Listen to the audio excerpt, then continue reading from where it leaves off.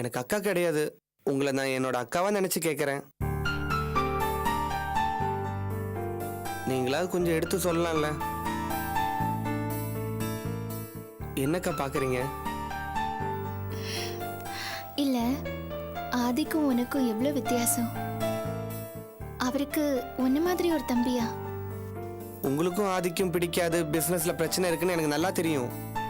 ஆனா என்னமோ தெரியல, உங்களை பார்த்தா எனக்கு எந்த கோபமும் வரல.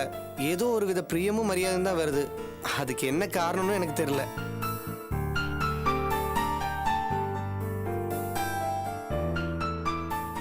உஷானி மேல உங்களுக்கு இருக்கிற மாதிரியே எனக்கும் அக்கறை இருக்கு. என் வீட்டு மேலேயும் அதே அக்கறை இருக்கு. அதனால தான் உஷானி எங்க வீட்டுக்கு மருமகளா வரணும்னு நாங்கெல்லாம் விரும்புறோம். நீங்க தான் தயவு செஞ்சு அவங்களுக்கு கொஞ்சம் எடுத்து சொல்லணும். அப்ப நான் வரேன்க்கா. வரேன் நீ.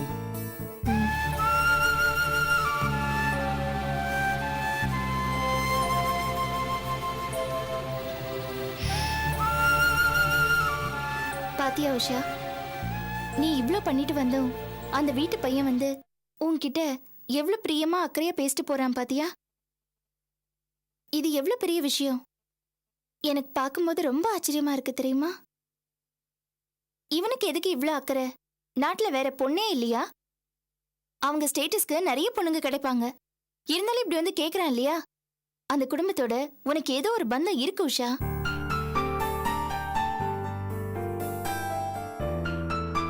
இது பாரு, நீ ஆதியை விட அவங்க அம்மாவை விடு.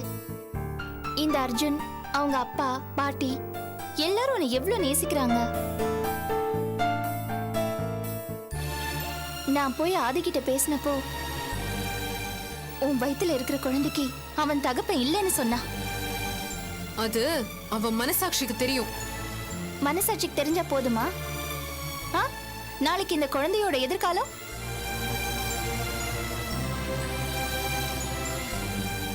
இது பாரு, இந்த பையன் சொன்ன மாதிரி நீ ஆதிக்கிட்டையும் ஆதியோட அம்மா கிட்டையும் போய் பேசு உஷா. குழந்தை விஷயத்தினால அவங்க இறங்கி வந்துருவாங்க. கண்டிப்பா உன் மேல கோபம் இருக்கும். ஆனா இந்த குழந்தைக்காக அவங்க மனசு மாறுவாங்க. மத்தவங்க எல்லாரும் உன் மேல பிரியமா தானே இருக்காங்க, உன் மேல அக்கறையா தானே இருக்காங்க. அதை நீ ஏன் இழக்கிற? இது பாரு, ஆதிக்கும் எனக்கும் இடையில இருக்கிற ஒரு சின்ன பிரச்சனைனால ஒரு அருமையான வாழ்க்கைய, ஒரு நல்ல குடும்பத்தை ஏன் இழக்கிற? உன் வயித்துல வளர்ற குழந்தை அந்த குடும்பத்துல சந்தோஷமா வளரணும். அந்த உரிமையை நீ கெடுக்காத ப்ளீஸ்.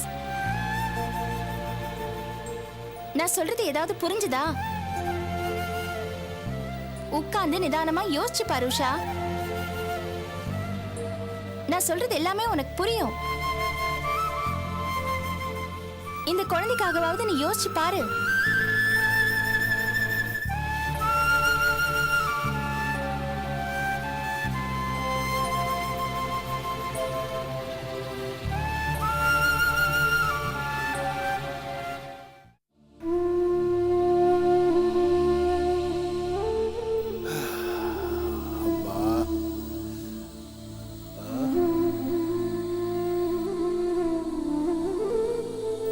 நீ என்ன பண்ற? படிக்கிறியா?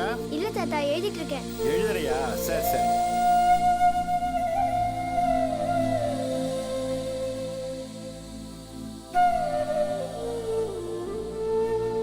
ஆர்த்தி, என்னம்மா, என்ன பிரச்சனை உனக்கு? ஏன் ஒரு மாதிரியா இருக்க? எக்ஸாம் எழுத போனியே, அதுல ஏதாவது சிக்கலா?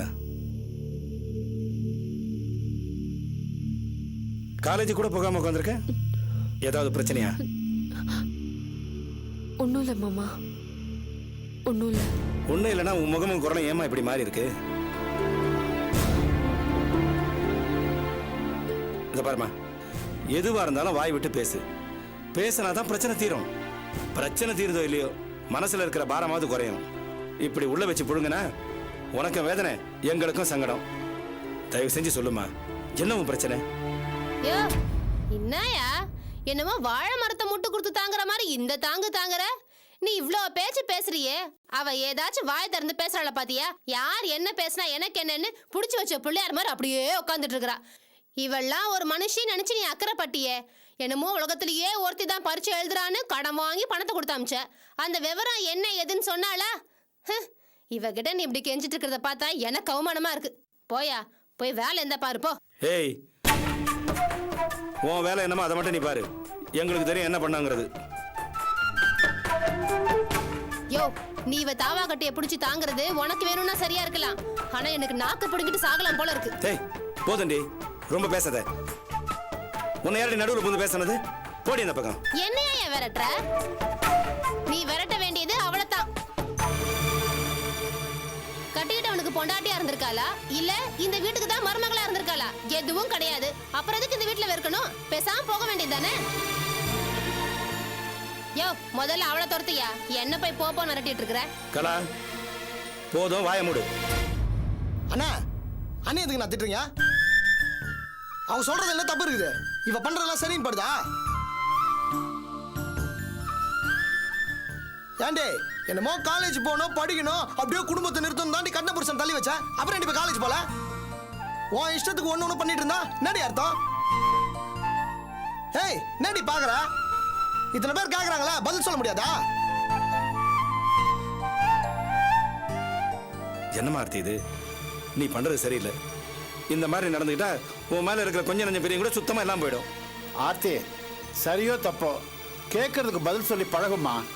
நீ இந்த மாதிரி இருந்தா உனக்கு எங்க யார் பேர்லயும் மரியாதை இல்லைன்னு அர்த்தம். ஆமாம்மா, என்ன பழக்கது? உன்னை மதிச்சு உங்ககிட்ட பேசுறவன நீ கொஞ்சம் கூட மதிக்கலனா என்ன பண்ணு? நீ உன் மேல நாங்களாம் எதுக்காகமா பிரியம் காட்டணும்? சேச்சே, நீ பண்றத பார்த்தா எனக்கே உன் பேர்ல அதிருப்தியா இருக்கு. நீ நடந்துக்கிறது ரொம்ப தப்புமா. போதும் போதும், சும்மா இருங்க. பாவம் அந்த பொண்ணு. அவகிட்ட காரணம் கேட்டு யார் எதுவும் தொந்தரவு பண்ணாதீங்க.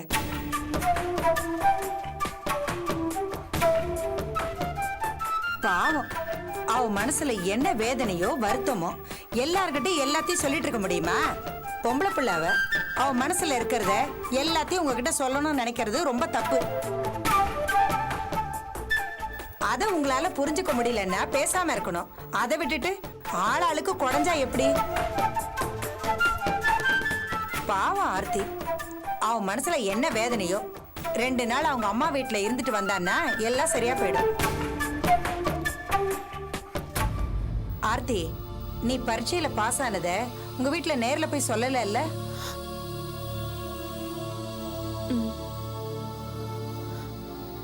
வாமா உங்க வீட்டுக்கு போலாம். அங்க போனா மாறுதலாவும் உன் மனசுக்கு ஆறுதலாவும் இருக்கும்.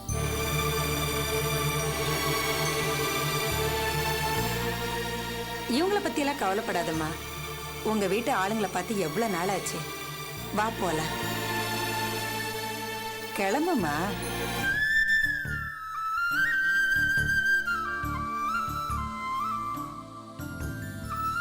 இந்தா, இதை உள்ள கொண்டு போய் வை.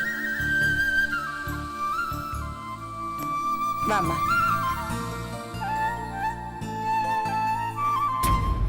ஆத்தாடியோ, இது என்ன கூத்தும் கொடுமையுமா இருக்கு? மறுபடியும் வேதாளம் முருகுமுறை ஏற ஆரம்பிச்சிருச்சா?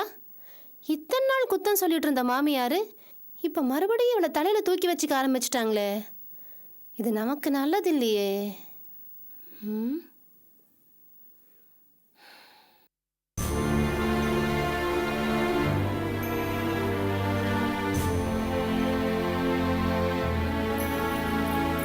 அப்பா, எனக்கு ஏபிசிடி சொல்லித்தாப்பா. டிஸ்டர்ப் பண்ணாத போ. தெரியலன்னா தெரியாதுன்னு சொல்ல வேண்டியதுதானே? அதுக்கே திட்டுற? சும்மா திட்டிட்டு இருந்தா டென்ஷன் ஆயிடுவேன். காலையில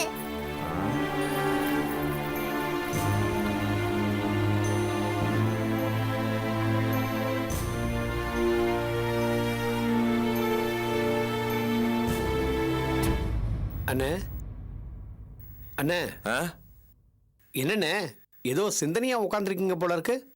ஏன் பவுன? நாட்டில் நீ மட்டும்தான் சிந்திக்கணுமா? நாங்கெல்லாம் சிந்திக்க கூடாதா? இல்ல, பெரும்பாலும் இப்படி உட்கார மாட்டீங்களே, அதான். ஆஹா, எனக்கு என்ன சிந்திக்க தெரியாது நினைச்சா பவுன? ஐயோ, என்னண்ணே நீங்க எல்லாத்தையும் ஏட்டிக்கு போட்டியா எடுத்துக்கிறீங்க. நான் ஒரு முக்கியமான விஷயத்த டிஸ்கஸ் பண்ணலான்னு வந்தா. சொல்லு, என்ன முக்கியமான மேட்ரு? நான் கூட கொஞ்ச நேரத்துக்கு முன்னாடி உன்னை பத்தி தான் நினைச்சிட்டு இருந்தேன். அப்படியா? என்ன பத்தி யோசனையா? ரொம்ப தேங்க்ஸ்ண்ணே. பவுன் வேலை நாளுக்கு நாள் ஏறிக்கிட்டே போகுதான். டிவியில் சொன்னாங்க. மதிப்பான பொருள். உனக்கு எப்படி அந்த பேரை வச்சாங்க பவுனுன்னு? போங்கண்ணே, எப்ப பார்த்தாலும் என்ன கிண்டல் பண்ணிக்கிட்டு. சரி, என்ன மேட்டர்னு சொல்லு.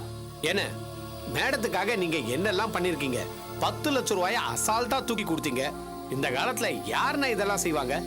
இவ்வளோ பெரிய உதவிக்கு தேங்க்ஸ்னு ஒரு சின்ன வார்த்தை, அவ்வளவுதான். நம்ம குக்கு போலீஸோட போய் பணத்தை கேட்டு மிரட்டி மானத்தை வாங்கினப்ப நீங்க டயத்துக்கு போய் காப்பாத்துறீங்க. கார்ல லிஃப்ட் கொடுத்தாலும் இதே தேங்க்ஸ், 10 லட்சம் ரூபா பணத்தை கொடுத்தாலும் இதே தேங்க்ஸ் தானே? ரொம்ப அநியாயம். என்ன பவுன, நன்றின்னு சொல்றதுக்கு தேங்க்ஸ்னு ஒரு வார்த்தை தானே இருக்கு. அட போங்கண்ணே, கை கூப்பி தேங்க்ஸ் சொன்னதுனால நமக்கு என்ன கிடைக்க போகுது? 10 லட்சம் ரூபாய் சம்பாதிக்கிறதுக்கு எத்தனை பேர் வயிற்றுச்சல கூட்டியிருப்பீங்க, எத்தனை பேர் கை காலம் முடிச்சிருப்பீங்க. அதுல தானே அந்த காசெல்லாம் கிடைச்சது. அதை போய் போற போக்குல விட்டுற முடியுமா? இப்ப நீ என்னதான் சொல்ல வர? அண்ணே, நம்ம பணம் வீணா போயிடக்கூடாது. பேசாம நீங்க மேடத்து கூட பார்ட்னர் ஆயிடுங்க. என்னண்ணே ஒன்னும் புரியலையே பவுனு. ஆமாண்ணே, ரொம்ப சிம்பிள். மேடம் ஏற்கனவே சில்லறை தட்டுப்பாட்டுல இருக்காங்க. அவங்க எந்த காலத்துல சம்பாதிச்சு உங்க பணத்தை திருப்பி தர போறாங்க? பேசாம நீங்க பார்ட்னர் ஆயிட்டா நம்ம பணத்துக்கும் சேஃப்டி, கேரண்டியும் கூட. ஓகே பவுனு, ஆனா அதுக்கு அவங்க ஒத்துக்கணுமே. ஏன் ஒத்துக்க மாட்டாங்க? அவங்க ஒத்துக்கிட்டு ஆகணும். நீங்க ஒத்துக்க வைக்கணும்.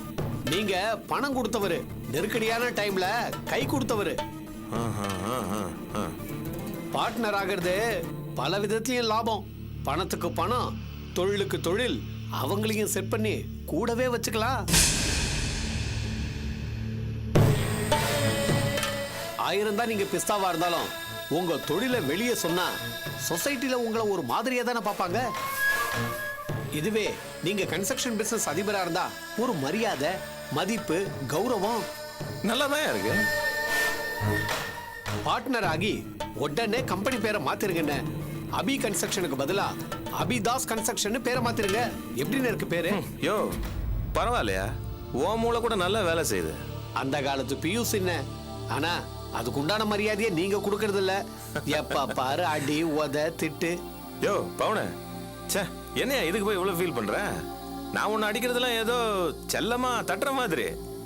கோழி மிதிச்சு குஞ்சு முடமாயிடுமா? ஆகாதுல்ல. இனிமே நான் உன்னை அடிச்சா நீ ஃபீல் பண்ண மாட்ட. எங்க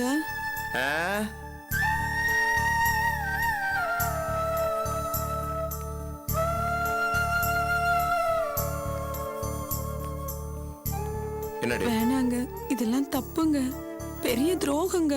இத பாரு, இப்பதான் அதெல்லாம் உனக்கு தெரியுமா? இவ்வளவு நாளா நாங்க என்ன சமூக சேவை செஞ்சுட்டு இருந்தோம்.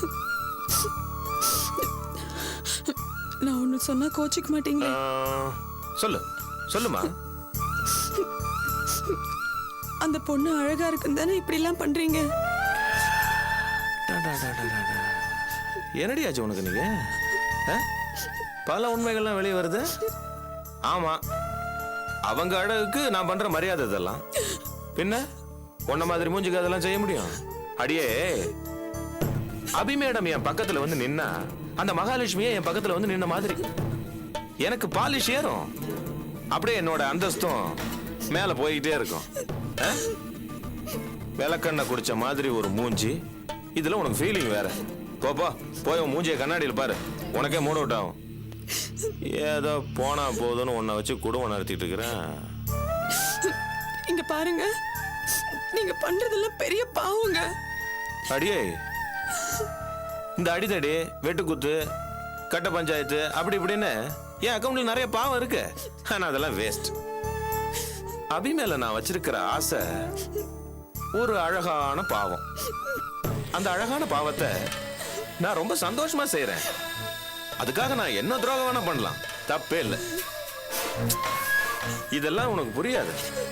இத பார், இதுக்கு மேல ஒரு வார்த்தை பேசுன வெட்டிடுவேன்.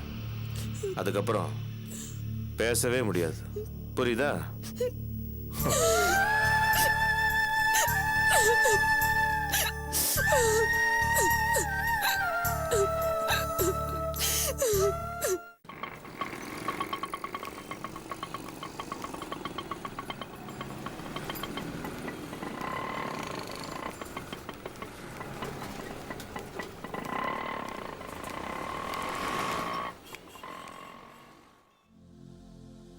அடடே வாங்க வாங்க, என்ன மாமியார் மருமகளும் ஒண்ணா வந்திருக்கீங்க? 2 பேரும் ஒண்ணா வந்திருக்கிறத பார்த்தா என் மேலே புல்லரிச்சு போட்டு போல இருக்கு. அக்கா சீக்கிரம் வாயேன், உன் சின்ன மகளும் மாமியாரும் வந்திருக்காங்க. என்னடி ஆளைய காணும்? வாங்க சம்பந்தியம்மா. மாப்பிள்ளை நல்லா இருக்காரா? வீட்ல எல்லாம் நல்லா இருக்காங்களா? எல்லாம் இருக்கிறாங்க. நான் ஒருத்தி நிக்க வச்சே பேசிட்டு இருக்கேன். உட்காருங்க. ஏதாவது சாப்பிடுறீங்களா? கொஞ்சம் விஷம் இருந்தா கொடுங்க சம்மந்தி. நிம்மதியா போறதுக்கு வசதியா இருக்கும். என்ன சம்பந்தியம்மா இப்படி பேசுறீங்க? நாங்க அங்க படுற பாடு உங்களுக்கு புரியலம்மா. உங்க வீட்டு பொண்ணை கட்டிக்கிட்ட கொடுமைக்கு நாங்க உங்க வீட்டுல பாயசமா கேட்க முடியும்? விஷம் தான் கேட்க முடியும்.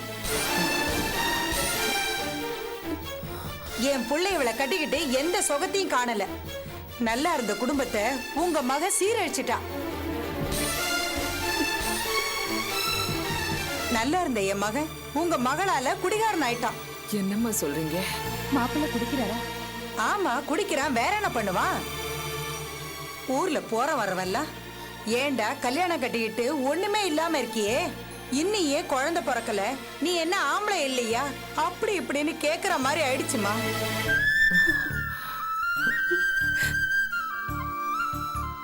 என்னென்னமோ ஆயிடுச்சு.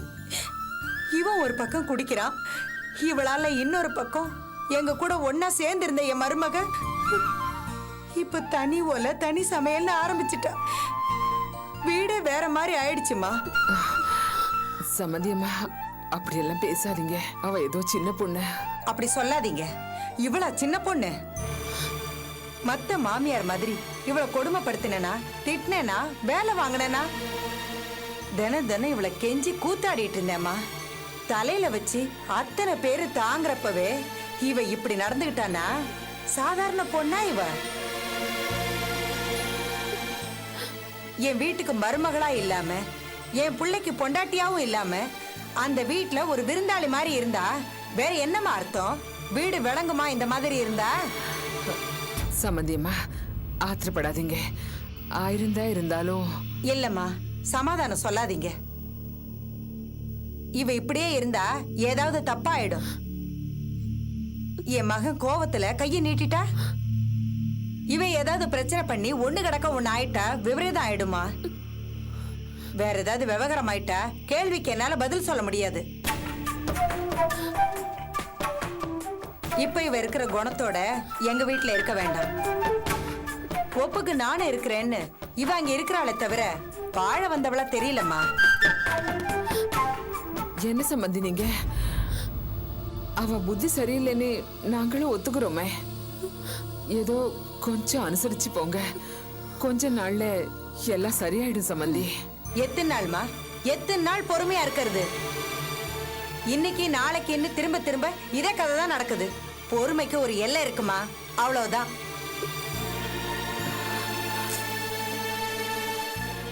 உங்க பொண்ணை பத்திரமா உங்ககிட்ட ஒப்படைச்சிட்டேன். இனி அவளாச்சு நீங்களாச்சு. என் பிள்ளைக்கு பொண்டாட்டியா இருக்கிறதா இருந்தா மட்டும் அங்க வரட்டும், இல்லன்னா இங்கே இருக்கட்டும். சம்பந்தி சம்பந்தி நில்லுங்க, சொல்றது கேளுங்க. என்னடி இதெல்லாம்? தேவையடி இதெல்லாம் எங்களுக்கு? நீ தானே விரும்பி கட்டிக்கிட்டே, ஏண்டி எங்க உயிரை வாங்குற? ஏதாவது பதில் சொல்றாளா பாரு.